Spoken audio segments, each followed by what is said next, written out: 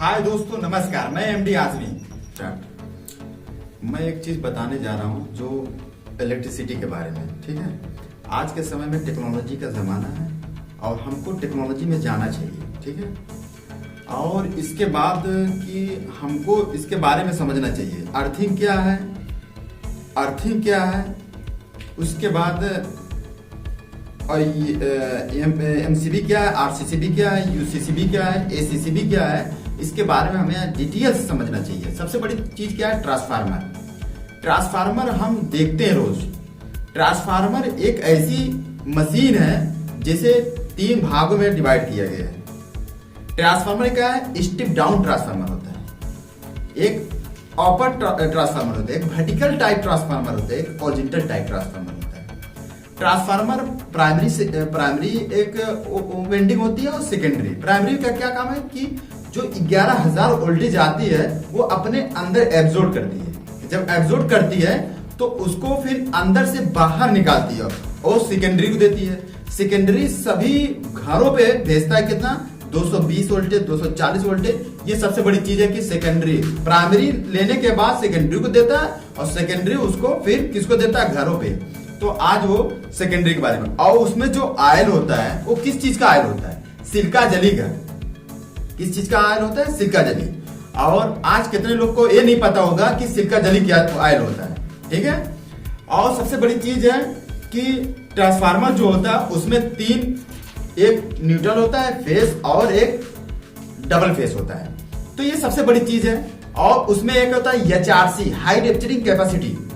वो क्या होता है, वो अपने वोल्टेज को, जब वहां से लाइट चलती है तो 11,000 वोल्टेज कैसे बनता है, जहां से लाइट बनती है वहां से 250 वोल्टेज होता है। लेकिन आते आते क्यों 1 लाख और 1.5 लाख 2 लाख के करीब हो जाता है। इसका कारण ये है कि जब लाइट जलती है तो उसका फोकस होता है। जब फोकस हो अपने आप को, करंट होता है, एक वोल्टेज होता है। करंट क्या करता है, वोल्टेज को दबाता है और वोल्टेज भागता है या करंट भागता है। करंट को हम नापते हैं एम्पियर में, ना कि हम उसमें एनालॉग या डिजिटल में नापते हैं। और 2 प्रकार के एनालॉग और डिजिटल होते हैं। एनालॉग को क्या करते हैं हम, जब उस करंट को फोर्स करता है तो वोल्टेज भागता है और लोग कहते हैं कि करंट हमारे लगे। करंट नहीं कहते, उसको वोल्टेज लग गई।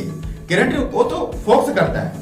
और हमेशा लाइट के चलने का कारण क्या है, जैसे हम किसी बंदूक की गोली जब चलती है तो वो नाचते हुए जाती है, नाचते हुए जाती है। और नाचने के बाद आपके जब शरीर के अंदर जाएगा तो पूरा पॉइजन कर देगी। तो इसीलिए वो लाइट जो होती है नाचते चलती है, हमेशा रनिंग पे रहती है। ये नहीं कि सीधे आती है। वो जो एल्युमिनियम का वायर है उस पे चलती हुई आराम से इसे नाचती हुई जाती है। और सबसे बड़ी चीज है क्या, ये जो आज तांबा का वायर क्यों नहीं लग रहा है। और पोल कितने प्रकार के होते हैं, 3 प्रकार के होते हैं। एक वुडन पोल होता है, एक होता है स्टोन वाला पोल और एक होता है रेलवे वाला पोल। तो रेलवे वाला पोल को आजकल यूज किया था रेलवे के पटरी के किनारे। ऐसा नहीं कि मतलब वहां पे पत्थर वाला पोल लगा है। जमाना तो पत्थर वाला भी लग गया, पत्थर वाला लगा रहे हैं, ओडिन का वाला नहीं लगा रहे हैं। तो लेकिन ओडिन का जमाना गया, क्योंकि जब बरसात पानी बरसते हैं तो उसमें क्या होता है कि वो जो वुडन वाला होता है, वुडन में करंट ज्यादा वो हो जाता है। और एक होता है इंसुलेटर, एक होता है आइसोलेटर। इंसुलेटर का क्या काम होता है, इंसुलेटर ऐसा काम करता है कि वो जो इंसुलेटर होता है ना, ये जो खंबे के ऊपर लगा है, ये इसको कहते हैं इंसुलेटर। ये चीनी का मिट्टी का बना हुआ होता है। क्योंकि चीनी के मिट्टी का बना हुआ है, इससे ये फायदा ये होता है कि आदमी को करंट नहीं लगता। ये करंट को मतलब जाने ही नहीं देता है जमीन के नीचे। ये अपने अंदर इंसुलेटर क्या कर लेता है, भेज देता है। उसमें कई प्रकार के इंसुलेटर होते हैं, vertical type, horizontal type, pin type, dish type, और बहुत से इंसुलेटर होते हैं और बहुत से टाइप इंसुलेटर। लेकिन मैं जहां तक मेरी उम्मीद है, जिसमें 9 थिकनेस बता रहा है, जिसमें थिकनेस 9 बता रहा है, समझ लो 11,000 वोल्टेज है, 1,20,000 वोल्टेज है, 25,000 वोल्टेज है, 50,000 वोल्टेज है। ये सब मतलब आप उसकी ठुड्डी से पता लगा सकते हैं कि कितना वोल्टेज आ रहा है। और सबसे बड़ी चीज क्या है, ट्रांसफार्मर क्या है।